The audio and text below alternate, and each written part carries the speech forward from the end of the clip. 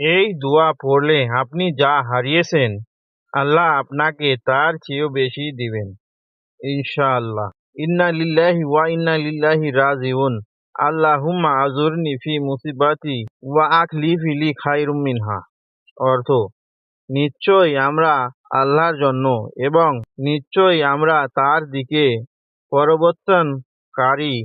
হে আল্লাহ, আমাকে আমার বিপদের বদলা দিন, বরং এর চেয়ে উত্তম দান করুন। উম্মি সালমা রাজি বলেন, যখন আবু সালমা ইন্তেকাল করলেন তখন তিনি এই দোয়াগুলো পড়লেন। এরপর মহান আল্লাহ আবু সালমার স্থলে তাকে রাসূলুল্লাহ সাল্লাল্লাহু আলাইহি ওয়াসাল্লামের মতো স্বামী দান করেছেন। মুসলিম।